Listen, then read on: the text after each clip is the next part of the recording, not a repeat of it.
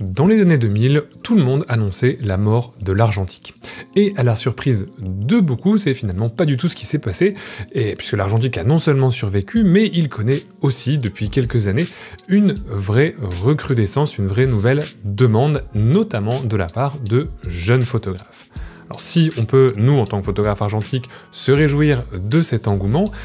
tout n'est pas gagné, et si les pellicules sont toujours fabriquées, reste encore et toujours le point noir des appareils photo, puisque la grande majorité des appareils photo argentiques aujourd'hui sont issus uniquement du marché de l'occasion, à quelques rares et coûteuses exceptions près, notamment le Leica M6. Mais cette situation pourrait changer très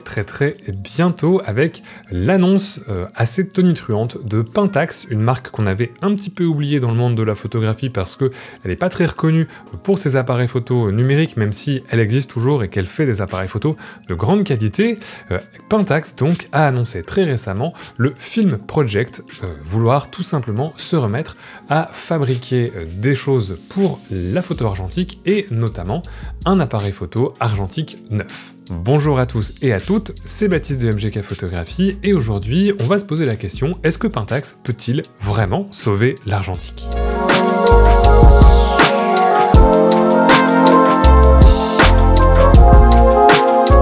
Je fais cette vidéo un petit peu à chaud, sans script, sans texte, pour décrypter un petit peu les derniers éléments qui ont été donnés par Pentax. Pour faire un petit peu l'historique du projet, il y a quelques temps, Pentax a annoncé ce projet avec une vidéo assez cryptique, on savait pas trop ce qu'il allait en être, et il y a beaucoup de gens qui ont supposé que ça allait être le développement d'un nouvel appareil photo. Ce que Pentax n'a pas forcément confirmé tout de suite, plutôt dit, bah voilà, ce qui nous intéresse, ça va être de s'investir à nouveau dans les technologies argentiques, dans la photographie argentique, mais sans vraiment confirmer d'appareil photo.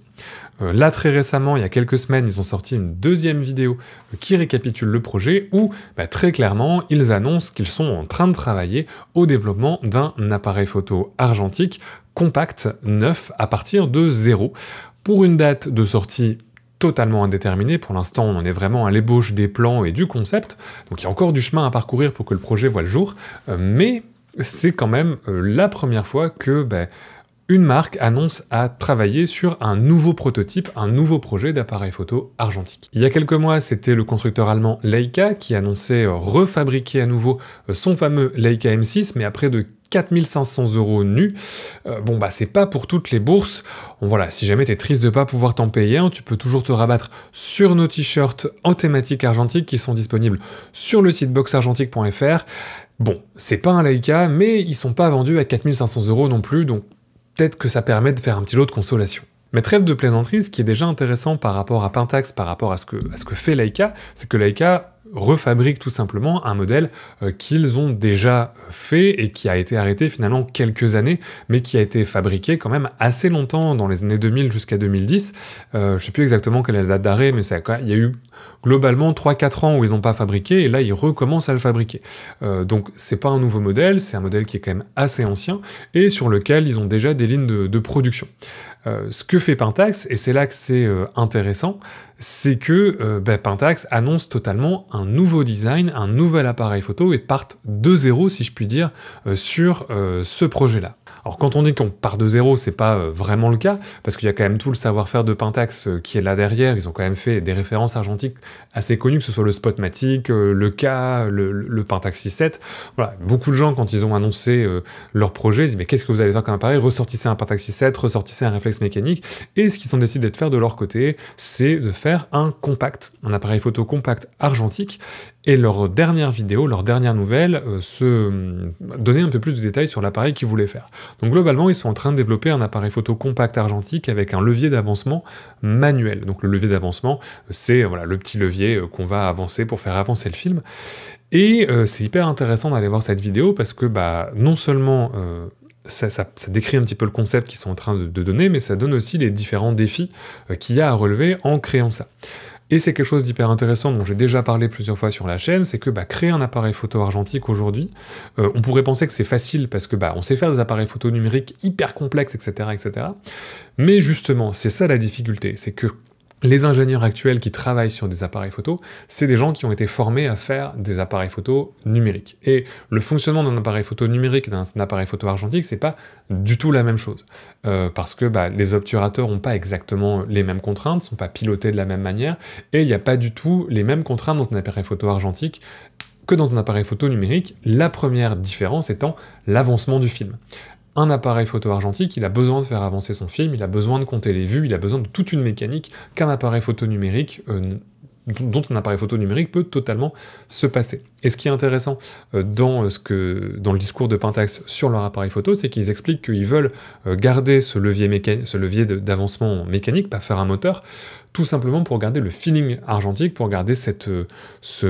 impression d'avancer les vues, ce côté tactile de l'appareil photo argentique, qui est quand même quelque chose qui est défendu par beaucoup de photographes. Aujourd'hui, pour eux, ce serait beaucoup plus simple de faire juste un système de moteur d'avancement, parce que tout simplement, même c'est plus proche des technologies récentes des années 90 et 2000 qu'il y a dans les compacts, mais pour eux, c'est important d'avoir ce côté-là, ce feeling argentique. Et c'est une chose qui est hyper importante dans leur développement de projet, et que je trouve vraiment passionnante, c'est qu'ils partent vraiment, ils essaient pas de réinventer un appareil photo qu'ils ont déjà fait, ils ressortent pas un réflexe mécanique, ils ressortent pas un appareil photo qui existe déjà, ils essaient de créer un appareil photo argentique qui répond à des contraintes du photographe argentique d'aujourd'hui. Pas du photographe argentique d'il y a 20 ans, pas du photographe argentique d'il y a 30 ou 40 ans, pas du vieux briscard qui fait que du noir et blanc, etc., qui a 70 ou 80 ans. Non, l'appareil photo argentique pour les photographes aujourd'hui. Parce que la place de l'appareil photo argentique aujourd'hui, c'est plus la même pour beaucoup de photographes qu'il y a 20, 30, 40 ans, où de toute façon, l'appareil photo argentique, c'était juste l'appareil photo, parce qu'il n'y avait pas d'autre chose pour prendre des photos. Et ça, c'est hyper intéressant. Donc globalement, ce que fait Pentax avec ce compact, et pourquoi c'est une bonne idée de faire ça, c'est que ils vont pouvoir surfer sur la vague des compacts, qui est aujourd'hui hyper importante, il y a plein de compacts qui se vendent super cher pour ce que c'est, j'en ai déjà parlé sur la chaîne, donc ils ciblent cette jeune génération qui va être intéressée par l'appareil photo compact, par l'appareil photo qu'on va prendre en soirée, l'appareil photo argentique un petit peu hype, un petit peu... Voilà, cette jeune génération de photographes-là qui répond à ces critères-là et qui répond à ce côté compact, et en incluant ce levier mécanique, on va vraiment se concentrer sur le feeling, sur l'expérience argentique. Donc on n'est pas là pour faire un appareil photo qui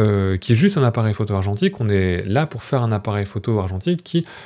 transmet une certaine valeur, qui transmet une certaine expérience de la photo argentique, et c'est aujourd'hui une raison pour laquelle beaucoup de personnes, beaucoup de jeunes notamment, se sont mis à l'argentique, c'est pour cette sensation différente de faire des photos différemment. Pourquoi c'est intéressant d'avoir ce concept-là? Parce que la génération qu'il faut convaincre, c'est la jeune génération. Pas les vieux photographes qui ont déjà 40 ou 50 appareils photo argentiques, qui sont déjà équipés en matériel, qui connaissent déjà tout ça, et qui vont pas forcément être intéressés. Parce que il faut savoir que forcément, un des freins aussi au développement d'un appareil photo argentique, aujourd'hui neuf, c'est la concurrence du marché de l'occasion. Il y a très peu de chances que cet appareil photo argentique de Pentax soit vendu sous la barre des 500 euros. Du fait du développement, ça va être un appareil qui va être à 500, 700, 800, peut-être autour de 1000 euros. Ça va pas être un appareil photo qui va être bon marché, si en tout cas ils veulent faire quelque chose de qualitatif. Je peux me tromper, mais c'est mon analyse aujourd'hui par rapport à tous les efforts qui ont été faits de refaire un appareil photo argentique neuf, sachant qu'aucun n'est allé au bout finalement du projet, en général, faute de ressources. Donc, voilà, il y a ce côté-là, et donc c'est pas les vieux photographes qu'on va séduire, c'est justement les gens qui vont chercher leur premier appareil photo argentique, qui vont pouvoir se le faire offrir, qui vont être rassurés de pouvoir l'acheter neuf, avec une garantie, sous le nom d'une grande marque photo, etc. etc. Donc c'est hyper intéressant de penser le produit pour ça, et c'est ce que fait Pentax. D'un autre côté, effectivement, il faut aussi cibler des passionnés, parce que les passionnés, c'est aussi une source de financement de gens qui vont pouvoir investir dans le projet, justement parce que passionnés, parce qu'ils collectionnent les appareils photo, parce qu'ils ont déjà alloué un certain budget à leur passion, et ils sont plus à même d'acheter un appareil photo neuf pour les mêmes arguments. Donc il faut réconcilier ces deux cibles, à la fois une cible d'un jeune photographe, un petit peu dans la hype de l'argentique, qui va faire du compact, qui va faire du jetable, et le photographe passionné, qui a peut-être un peu plus mon âge, autour de la 30-40aine, et qui connaît déjà ça, qui est déjà pas mal équipé, mais qui, parce qu'il est passionné, va pouvoir et vouloir supporter ce produit en l'achetant tout simplement quand il s'est sorti, quel que soit le prix auquel c'est vendu. C'est un peu deux cibles assez différentes, mais je trouve que voilà, ce concept de compact, donc on fait un appareil photo compact, mais en même temps on intègre des mécanismes classiques, mécaniques, d'appareils photo réflexes ou des choses comme ça, vraiment ce feeling vintage de l'argentique, je trouve que c'est en tout cas un bon point de départ pour commencer. Alors après, ce qui est intéressant dans la vidéo de Pentax, c'est qu'on voit justement les jeunes ingénieurs qui parlent avec les anciens ingénieurs. Donc les jeunes ingénieurs, ils reprennent des diagrammes sur papier d'avancement de films qui ont été développés par Pentax, et ils disent il faut qu'on simplifie le design, il faut qu'on élimine des pièces, parce que c'est trop complexe à fabriquer aujourd'hui, à usiner aujourd'hui. Et en fait, après, ils vont demander à des ingénieurs à la retraite qui leur disent, mais là, toutes les pièces que vous avez éliminées, c'est des pièces qui sont en fait absolument essentielles au bon fonctionnement du mécanisme. Donc il y a aussi ce côté-là de transfert de connaissances qui est hyper important à faire si on veut qu'il y ait des gens qui soient tout simplement capables de développer des appareils photo argentiques de A à Z, et c'est hyper intéressant que Pentax entraîne ça au travers de ce programme-là, de prendre ces ingénieurs à la retraite qui ont travaillé éventuellement sur des Spotmatic, sur des Pentax K, sur des appareils photo classiques argentiques, et transmettre ces connaissances à des jeunes ingénieurs qui ne l'ont pas pour que tout simplement cette richesse technique se garde. J'en avais déjà parlé sur la chaîne sur pas mal d'aspects, c'est ce qui s'est passé notamment avec Polaroid. Quand Polaroid a fermé, on a non seulement perdu l'aspect matériel des choses, mais on a perdu aussi tout l'aspect connaissance et technique des choses, et c'est pour ça que le Polaroid aujourd'hui a beaucoup de mal à reprendre les choses, parce que tous les brevets sont verrouillés par d'autres entités, notamment Fujifilm. Bref, c'est intéressant de voir que Pentax, au-delà de ce projet de développement, fait aussi ce projet de transmission de connaissances qui va peut-être faire que ce projet peut réussir, parce qu'on n'est pas sur un projet uniquement sur la hype, on est sur un projet de transmission de connaissances d'ingénieur à ingénieur. Sur le reste de l'appareil photo, on n'a pour l'instant aucune info précise sur quelle forme va prendre ce produit. Dans sa forme finale, il y a encore beaucoup de choses qui peuvent changer parce qu'il y a énormément de défis qui attendent Pentax dans le développement de ce produit, et l'avancement du film mécanique n'est que le premier écueil sur lequel ils vont se mettre, sans être moi-même ingénieur. Bon, pour avoir vu pas mal de projets comme ça, il y a le développement de l'obturateur, c'est aussi compliqué. Il faudra voir aussi comment ils intègrent justement ce qu'ils intègrent comme électronique. Est-ce que c'est un appareil qui va être tout mécanique? Est-ce que c'est un appareil photo qui va introduire une part d'électronique? Moi, je pense que pour réussir son pari, il faudrait qu'il y ait un bon équilibre entre ce feeling mécanique, mais en même temps des mécanismes électroniques d'exposition automatique, éventuellement des modes programme ou des choses comme ça, à la fois pour avoir un débrayage pour le photographe confirmé, mais en même temps des automatismes pour le photographe débutant. En tout cas, moi, c'est ce que j'attends aujourd'hui. Je ne suis pas du tout ingénieur photo, et donc peut-être qu'il y a des choses qui vont me surprendre, mais voilà, moderniser le concept d'appareil photo argentique pour l'amener dans le 21e siècle, où il n'a pas du tout la même place que ce qu'il pouvait avoir quand il n'y avait que l'argentique comme appareil photo. Un autre marqueur intéressant, malgré tout, au-delà du développement pur de l'appareil photo, c'est que c'est la première fois qu'il y a une marque photo qui se lance dans ce projet-là. Et c'est aussi un marqueur intéressant du développement qu'a pris l'argentique dans ces dernières années, parce que, alors Pentax, c'est peut-être pas forcément une marque qui est hyper consommée présente aujourd'hui en France, mais c'est pas le cas partout, notamment au Japon, où il y a beaucoup plus de consommation d'appareils photo Pentax qu'en Europe. Et c'est surtout une marque qui appartient aujourd'hui à Ricoh Imaging, donc qui est un grand groupe qui fait de la photo, mais qui fait aussi des copieurs, qui fait un peu comme Canon, qui fait pas mal de choses différentes, qui est pas que dans la photo. Et c'est intéressant de voir qu'aujourd'hui, un groupe comme ça se dit « Ok, mettre de l'argent là-dedans », au-delà du prestige que ça peut apporter, parce que c'est un peu comme Leica, il y a un côté un petit peu luxueux, prestigieux à proposer un produit argentique aujourd'hui, mais au-delà de ça, c'est intéressant parce que là, clairement, ils sont en train de faire de la recherche et développement, donc clairement, ils sont en train de perdre de l'argent. D'investir beaucoup, donc d'investir massivement, de payer des gens pour peut-être développer un produit qui est peut-être voué à l'échec. Donc c'est quand même un pari financier risqué à faire, même pour un groupe qui a malgré tout les reins solides. Et ça veut dire que d'un point de vue marketing, d'un point de vue vente, d'un point de vue... Ils se disent, ok, investir cet argent, ça vaut le coup, peut-être, pour un produit qui va sortir dans 2 ans, 3 ans, 5 ans, 10 ans peut-être. Et ça vaut le coup de parier cet argent-là là-dessus. Et ça, c'est hyper intéressant parce que je pense que il y a 4 ou 5 ans, jamais personne aurait fait ce pari-là, même s'il y avait déjà cet effet de hype, un petit peu de retour de l'argentique il y a 2-3 ans. Mais il y a 4 ou 5 ans, quand j'avais fait mes conférences au Salon de la Photo, des choses comme ça, Il y avait des projets individuels de financement participatif, il y avait Reflex Caméra, etc., mais qui sont effondrés aussi vite que c'est arrivé. Mais jamais un groupe comme ça, autre que Leica, qui avait déjà des choses, allait mettre des billes, allait mettre de l'argent pour refaire totalement un design d'appareil photo. À l'époque, il y avait encore Canon qui fabriquait plus, mais qui vendait ses fins de stock d'appareils argentiques, et Nikon faisait pareil avec le F6, mais tous les deux ont arrêté, et c'était de toute façon des designs qui étaient faits, et très certainement même qui étaient plus fabriqués depuis longtemps, mais qui étaient en stock et qui s'écoulaient au fur et à mesure, parce qu'ils ne devaient pas en vendre non plus énormément. Et là, qu'un grand groupe comme ça se dise « Ok, on met de l'argent sur la table et on lance ce projet-là », même s'il y a de fortes chances pour que ça ne réussisse pas ou que ça ne trouve pas un succès commercial important, qu'on n'arrive pas à se rembourser là-dessus, c'est hyper intéressant. Donc, pour ça, déjà félicitations à Ricoh et à Pentax de prendre ce risque-là. Je pense qu'il y a vraiment en plus moyen pour cette marque qui est pas forcément la plus reconnue, en tout cas en Europe et aux États-Unis, dans l'Occident, pour ses appareils photo numériques, qui n'est pas forcément la plus consommée, en tout cas on va dire, de se forger une nouvelle niche et d'avoir justement, de créer une nouvelle niche de photographes autour de l'argentique, avec un appareil photo qui soit novateur, et qui soit entre tradition et innovation. Donc,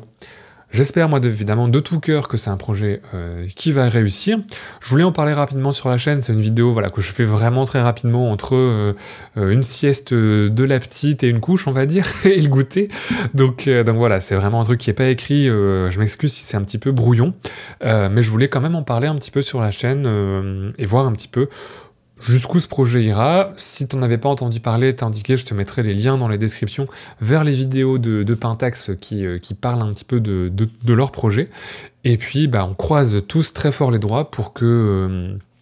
ce projet aboutisse. Déjà, rien que cette idée de transmission est géniale. Voilà, on espère voir peut-être dans les années qui viennent le prototype et puis éventuellement pouvoir acheter cet appareil photo. J'aimerais bien peut-être que dans 1 an, 2 ans, 3 ans, en faire la review ici, ce serait top.